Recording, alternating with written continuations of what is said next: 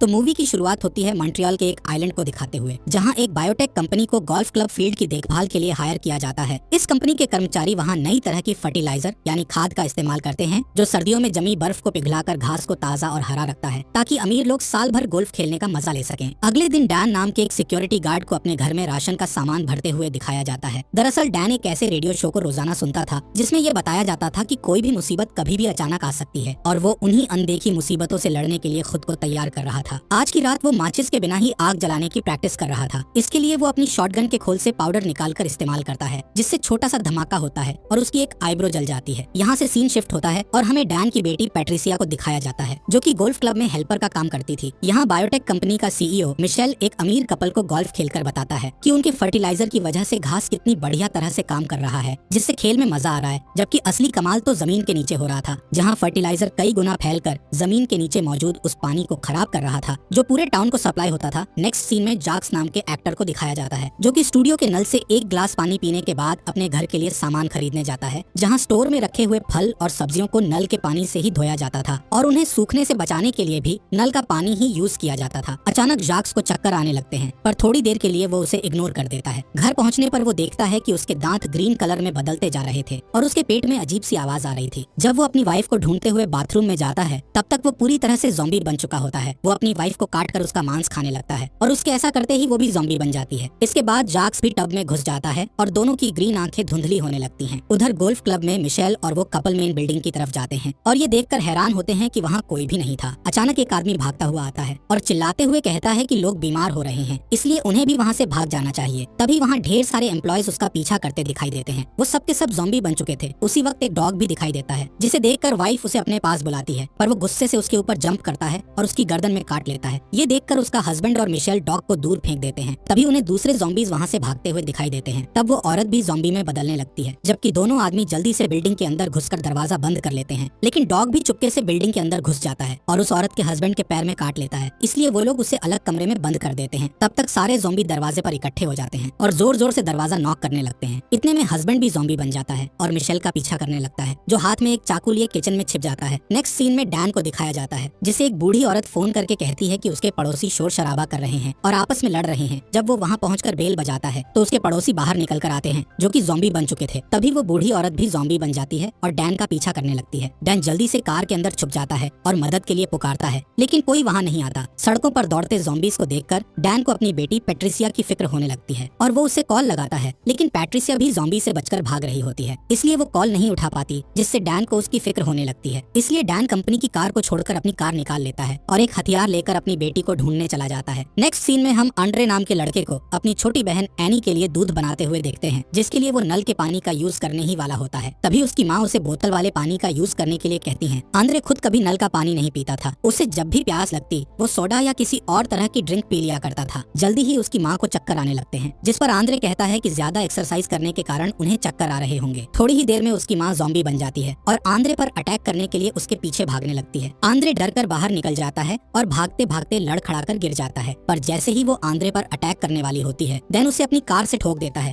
जिससे वो घायल हो जाती है। आंद्रे अपनी माँ की ऐसी हालत देखकर उसे बचाने जाता है, लेकिन डैन उसे रोक देता है और कहता है कि ये वक्त इमोशनल होने का नहीं, बल्कि अपनी जान बचाने का है। वो उसे अपने घर में छुप जाने का कहकर वहाँ से चला जाता है। तभी वहाँ और भी ज़ॉम्बीज आने लगते हैं। ऐसे में आंद्रे अपनी माँ को वहाँ नहीं छोड़ सकता था, इसलिए वो उसे पैर से घसीटते हुए घर के अंदर ले आता है और घर के सारे दरवाजे बंद करने के बाद वो मदद के लिए पुलिस को कॉल लगाता है, जहाँ उसे एक रिकॉर्डेड मैसेज मिलता है कि पूरा आइलैंड क्वारंटीन है। नेक्स्ट सीन में उस ब्रिज को दिखाया जाता है, जो उस आइलैंड को मेन सिटी से जोड़ता था। यहाँ कुछ पुलिस वाले खड़े थे, जिन्होंने ब्रिज के दरवाजे बंद कर दिए थे, ताकि कोई भी बाहर का आदमी अंदर ना आ सके और अंदर का आदमी बाहर ना जा सके। सीन शिफ्ट होता है और आंद्रे की माँ उसकी छोटी बहन एनी पर अटैक करने जाती है, लेकिन आंद्रे उसे घसीटकर बाथरूम में बंद कर देता है, जहाँ उसकी नजर शावर से टपकते हुए पानी पर पड़ती है और वह टब में घुस जाती है। उधर एनी लगातार रोती रहती है, जिसकी आवाज सुनकर बहुत सारे ज़ॉम्बी दरवाजे के बाहर इकट्ठा हो जाते हैं। आंद्रे उसे तकिया, कंबल और एक प्लास्टिक से कवर कर देता है, जिससे उसकी आवाज बाहर सुनाई ना दे। थोड़ी देर में सारे ज़ॉम्बीज वापस चले जाते हैं। कुछ देर बाद आंद्रे की कैट पेट डोर से वापस घर के अंदर लौट आती है और वहीं से एक ज़ॉम्बी घर के अंदर घुस जाता है और वो आंद्रे को पकड़ने ही वाला होता है। तभी आंद्रे घर से निकल जाता है और ज़ॉम्बी भी हिलना बंद कर देता है, लेकिन जैसे ही आंद्रे गोल्फ स्टिक लेकर वापस आता है, ज़ॉम्बी छुप जाता है। नेक्स्ट सीन में पैट्रिसिया को दिखाया जाता है, जो ज़ॉम्बीज से बचने के लिए एक गराज में छिप जाती है और हेल्प के लिए अपने डैड डैन को कॉल लगाती है। डैन तुरंत वहाँ पहुँच जाता है और देखता है कि गराज के बाहर ढेर सारे ज़ॉम्बीज मौजूद हैं। वो अपना चाकू निकाल लेता है और उस उससे कुछ ज़ॉम्बीज को मार डालता है और कुछ को जमीन पर गिरा देता है। इसके बाद वो अंदर जाता है। उसी वक्त ब्रिज पर मौजूद पुलिस वाले वहाँ से हट जाते हैं क्योंकि मिलिट्री वाले ज़ॉम्बी से अफेक्टेड एरिया को बॉम्ब से उड़ाने लगते हैं। इससे पूरे टाउन में पावर कट हो जाता है। अगली सुबह एनी की आया काम पर आने के लिए ब्रिज के पास पहुंचती है तो देखती है कि वो टूट चुका है। इस बीच आंद्रे अपने घर की खिड़की से ज़ॉम्बीज का वीडियो बनाने लगता है और उसी वक्त नेट पर प्रेस कॉन्फ्रेंस दिखाया जाता है जहां रक्षा मंत्री लोगों को बताता है कि हम लोगों ने आइलैंड की सुरक्षा की खातिर ब्रिज को डिस्ट्रॉय कर दिया है और अभी स्थिति नियंत्रण में है। तभी आंद्रे के फोन की बैटरी डाउन हो जाती है। इसके बाद वो अपनी माँ को चेक करने के लिए अंदर जाता है और देखता है कि उसकी माँ ग्रीन कलर के चिपचिपे मटेरियल से ढक गई है। अचानक उसकी माँ एनी पर अटैक करने लगती है। तब आंद्रे उनका ध्यान बटाने के लिए शोर करने लगता है और उनकी फेवरेट सब्जी को उनके सामने हिलाने लगता है, जिससे अट्रैक्ट होकर उसकी माँ उसके पीछे भागने लगती है। ऐसा करते करते वो दोनों लिविंग रूम में पहुंच जाते हैं जहाँ गलती से उसकी माँ टीवी स्टैंड से टकरा जाती है और टीवी उनके ऊपर गिर जाता है, जिससे उनकी मौत हो जाती है। दुखी मन से आंद्रे अपनी माँ को वापस बाथरूम के अंदर ले आता है और देखता है कि उनके जख्मों पर घास उगने लगे थे। फिर वो उनके फोन को उठाता है लेकिन वो फोन भी टूट चुका था। इसके बाद आंद्रे एक सीढ़ी लेकर सामने के दरवाजे से बाहर की तरफ देखता है जहाँ ढेर सारे ज़ॉम्बीज खड़े थे, जैसे कि वो उसी के बाहर आने का इंतजार कर रहे हों। अब वो भी घर के अंदर रहकर थक चुका था, इसलिए वो एनी को बेबी कैरियर में डालकर हाथ में गोल स्टिक लेकर घर का दरवाजा खोल देता है, जिससे ज़ॉम्बीज घर के अंदर कैट को देखकर उसे पकड़ने के लिए घर के अंदर घुसते हैं। और रास्ता साफ देखकर आंद्रे तुरंत वहाँ से भाग खड़ा होता है। वो ग्रोसरी स्टोर की तरफ भागता है और ज़ॉम्बी भी उसके पीछे पीछे भागते हैं, लेकिन सारे दरवाजे बंद होते हैं और वो ज़ॉम्बीज से घिर जाता है। तभी अचानक एक दरवाजा खुलता है और डैन उसे अंदर खींच लेता है। डैन कल से वहीं पर डेरा जमाया हुआ था, इसलिए उसने वहाँ कैंपिंग के लिए जगह भी बना ली थी, लेकिन उसके पास इस सिचुएशन से निपटने का कोई ठोस प्लान नहीं था। सारे बोट्स भी पहले ही वहाँ से जा चुके थे और पानी में तैर कर जाना मतलब सीधा मौत को दावत देना था। नेक्स्ट सीन में आंद्रे अपनी बहन एनी को देखने जाता है। तभी एनी की नजर एक दरवाजे के अंदर लॉक हुए ज़ॉम्बी पर पड़ती है, जो और कोई नहीं बल्कि पैट्रिसिया थी। डैन को उम्मीद थी कि बाद में कोई ना कोई उसे ठीक कर देगा, इसलिए उसने उसे बंद करके रखा था। उधर गोल्फ क्लब में मिशेल सभी दरवाजों को सैनिटाइज करता है। इसके बाद अपने कंपनी वालों को कॉल लगाता है, जो उसे बताते हैं कि एक्सपर्ट लोग हेल्प करने के लिए आ रहे हैं, लेकिन उसे भी कंपनी के नियम मानने होंगे। तभी एक ज़ॉम्बी डॉग उस पर भौंकने लगता है, जिससे वो लात मारकर भगा देता है। यहाँ इस बात का खुलासा होता है कि उसने अपने एक दोस्त का मर्डर भी किया था। उधर स्टोर में डैन आग जलाने की कोशिश में नाकाम हो जाता है। तब आंद्रे लाइटर यूज करके आग जला देता है। खाना खाते वक्त वो लोग डैन के फेवरेट रेडियो शो को सुन रहे होते हैं, जिसमें ज़ॉम्बी अटैक के लिए आतंकवादियों को जिम्मेदार ठहराया जाता है। उस शो का होस्ट रक्षा मंत्री का इंटरव्यू लेता है, जो सभी सवालों का गोलमोल जवाब देता है, जिससे होस्ट को शक होता है कि कहीं गवर्नमेंट ज़ॉम्बीज से निपटने के लिए लोगों की जान की बलि ना चढ़ा दें। तभी डैन रेडियो स्टेशन में फोन लगाकर उन्हें बताता है कि कुछ लोग बचे हैं जिन्हें हेल्प की जरूरत है, जिस पर होस्ट कहता है कि दुनिया के बाकी लोग नहीं चाहते कि हर जगह इन्फेक्शन फैले, इसलिए वो पहले उससे पूरी जानकारी लेता है कि वो लोग कहाँ हैं और क्या कर रहे हैं। उसकी बकवास से चिढ़कर डैन फोन रख देता है। इसके बाद डैन और आंद्रे मिलकर इन्फेक्शन फैलने का रीजन जानने की कोशिश करते हैं ताकि वैक्सीन बना सकें। आखिरकार डैन इस नतीजे पर पहुंचता है कि पानी की वजह से इन्फेक्शन फैला है, क्योंकि जितने भी लोग ज़ॉम्बी बने थे उन सब ने नल का पानी पिया था। लेकिन डैन अपने पागलपन के कारण कभी भी नल का पानी नहीं पीता था, क्योंकि उसे हमेशा डर लगता था कि कहीं टेररिस्ट लोग पानी में जहर न मिला दें। कुछ देर बाद वो तीनों स्टोर से बाहर निकलते हैं। वो लोग पैट्रिसिया को भी साथ लेकर जाते हैं, जिसके सर पर एक पिंजरा लगा होता है ताकि वो किसी को काट ना ले। बाहर उन्हें कुछ ज़ॉम्बीज दिखाई देते हैं, जिनकी बॉडी में ग्रीन कलर का कुछ चिपचिपा पदार्थ लगा होता है। अचानक एक छोटी बच्ची डैन के ऊपर अटैक कर देती है, जिसे डैन धक्का देकर दूर कर देता है, लेकिन उसे मारने की हिम्मत नहीं जुटा पाता है। चलते चलते आखिरकार वो लोग डैन की कार तक पहुंच जाते हैं और इससे पहले कि ज़ॉम्बीज उन पर अटैक करते, वो कार में बैठकर वहां से निकल जाते हैं। इस बीच बायोटेक कंपनी दो ट्विंस यानी जुड़वा बहनों को हथियार के साथ गोल्फ क्लब भेजती है, जो अपने रास्ते में आने वाले हर एक ज़ॉम्बी को धड़ाधड़ मार रही थी। उधर क्लब के अंदर मिशेल इस डील से जुड़े सारे कागज और दस्तावेजों को जला रहा होता है, ताकि इस बात का कोई सबूत न रहे कि उनके फर्टिलाइजर के कारण ज़ॉम्बीज का इन्फेक्शन शुरू हुआ था। आखिर में वो फर्टिलाइजर का थोड़ा सा सैंपल बचाकर रख लेता है। तभी दोनों ट्विंस उसके पास पहुंच जाते हैं। मिशेल उनमें से एक का सूटकेस ले लेता है, जिसमें कई सारे स्फीयर यानी गोले थे। उन गोलों के अंदर इन्फेक्शन का इलाज मौजूद था, जो सिर्फ 24 घंटों के अंदर इन्फेक्शन को खत्म कर सकता था। लेकिन जैसे ही वो एक गोले को उठाता है, दोनों ट्विंस उसे पकड़ लेती हैं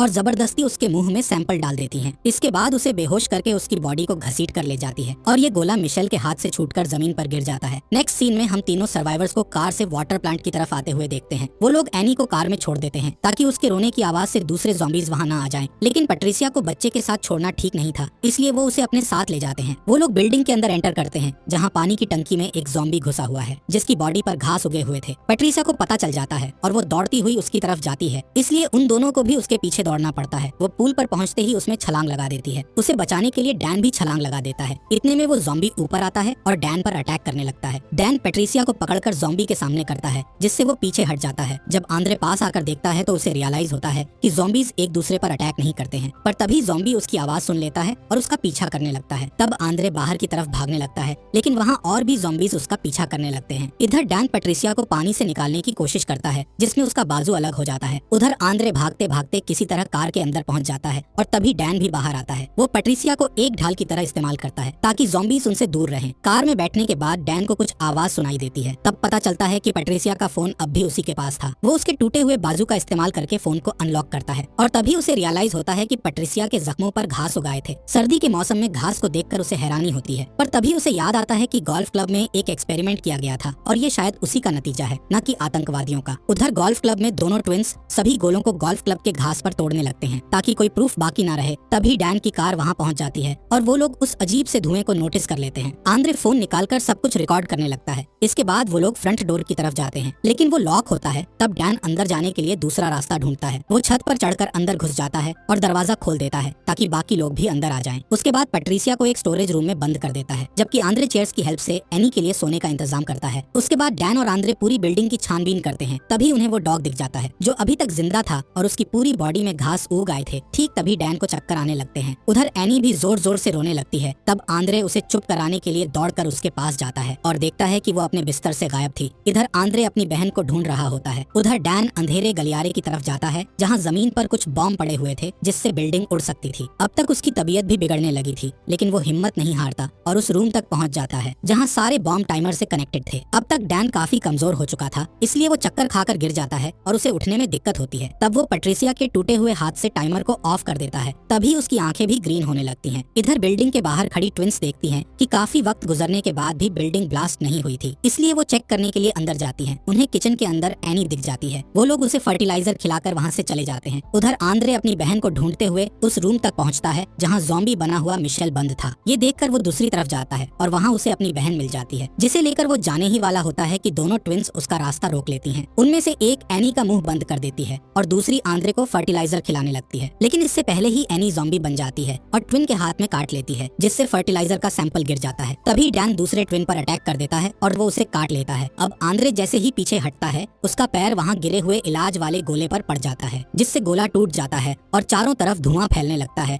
जिससे एनी और डैन धीरे धीरे ठीक होने लगते हैं। अब डैन आंद्रे का पीछा करने लगता है और दोनों भागते भागते किचन में पहुंच जाते हैं। पर जैसे ही डैन आंद्रे को काटने वाला होता है कि अचानक उसे एनी की मौजूदगी का एहसास होता है और वो उसे छोड़ देता है। उसी वक्त दोनों ट्विंस अपनी अपनी गन निकालकर एक दूसरे को मार डालती हैं, क्योंकि वो नहीं चाहती थी कि वो दोनों ज़ॉम्बी बने। नेक्स्ट सीन में आंद्रे डैन के जैकेट से उसके पुराने फोन को निकालकर पैट्रिसिया के फोन पर कॉल लगाता है और रिंग की आवाज से वो फोन को ढूंढ लेता है और वीडियो बनाने लगता है, जिसमें वो अब तक हुई सारी घटनाओं के बारे में बताता है। फिर हेल्प की रिक्वेस्ट करते हुए उस वीडियो को इंटरनेट पर डाल देता है। इसके बाद वो डैन को उसकी बेटी के रूम में पहुंचा देता है। इधर जैसे ही आंद्रे का वीडियो न्यूज चैनल तक पहुंचता है, गवर्नमेंट वहां की सफाई के लिए सेना भेज देती है। सोल्जर्स रास्ते में आने वाले हर ज़ॉम्बीज को फायर गन से मारते जाते हैं। तब आंद्रे भी बिल्डिंग से बाहर निकलता है और हाथ उठाकर हेल्प मांगता है। वो अपने साथ पैट्रिसिया का टूटा हुआ हाथ भी लाया था, जिससे वैक्सीन बनाने में मदद मिल सके। तभी एक और सर्वाइवर सोल्जर्स के पास पहुंचता है, जिसे वो लोग गोली मार देते हैं। ये देखकर आंद्रे समझ जाता है कि सोल्जर वहाँ सर्वाइवर्स को बचाने नहीं, बल्कि सबको मारकर एरिया क्लीन करने आए थे। अब तक एनी भी ठीक हो चुकी थी, इसलिए आंद्रे वहाँ से भागकर छिप जाता है। उधर गोल्फ क्लब के अंदर डैन भी ठीक हो चुका था, पर तभी सोल्जर्स बिल्डिंग के अंदर घुसकर उसे और पैट्रिसिया दोनों को जलाकर मार देते हैं। अगले सीन में रक्षा मंत्री को टीवी पर भाषण देते दिखाया जाता है, जो कि जनता को बताता है कि हालात को काबू में कर लिया गया है और इन्फेक्शन को जड़ से मिटा दिया गया है, इसलिए अब किसी को डरने की जरूरत नहीं है। तभी वो एक मग से पानी पीता है, जिस पर बायोटेक कंपनी का लोगो लगा हुआ था, जिससे ये साबित होता था कि वो भी इस मामले में शामिल था। उधर आंद्रे जान बचाने के लिए यहाँ वहाँ भटक रहा होता है और रास्ते में उसे कई सर्वाइवर्स की डेड बॉडीज पड़ी मिलती हैं, जिन्हें सोल्जर्स ने मार डाला था। अचानक उसकी नजर नदी में एक बोट पर पड़ती है, जिसे एनी की आया लेकर आई थी। उसमें कई वॉलंटियर्स भी थे, जो कि आंद्रे और एनी को बचा लेते हैं। जैसे ही वो लोग आइलैंड से निकलते हैं, तब आंद्रे को रियलाइज होता है कि पैट्रिसिया का बाजू अब किसी काम का नहीं है, इसलिए वो उसे पानी में फेंक देता है, जहाँ एक मछली उसे काट लेती है और तुरंत ज़ॉम्बी बन जाती है। इसी के साथ इस मूवी का यहीं पर एंड हो जाता है। फॉक्स एक्सप्लेनर चैनल को सब्सक्राइब करने के लिए आपका दिल से शुक्रिया।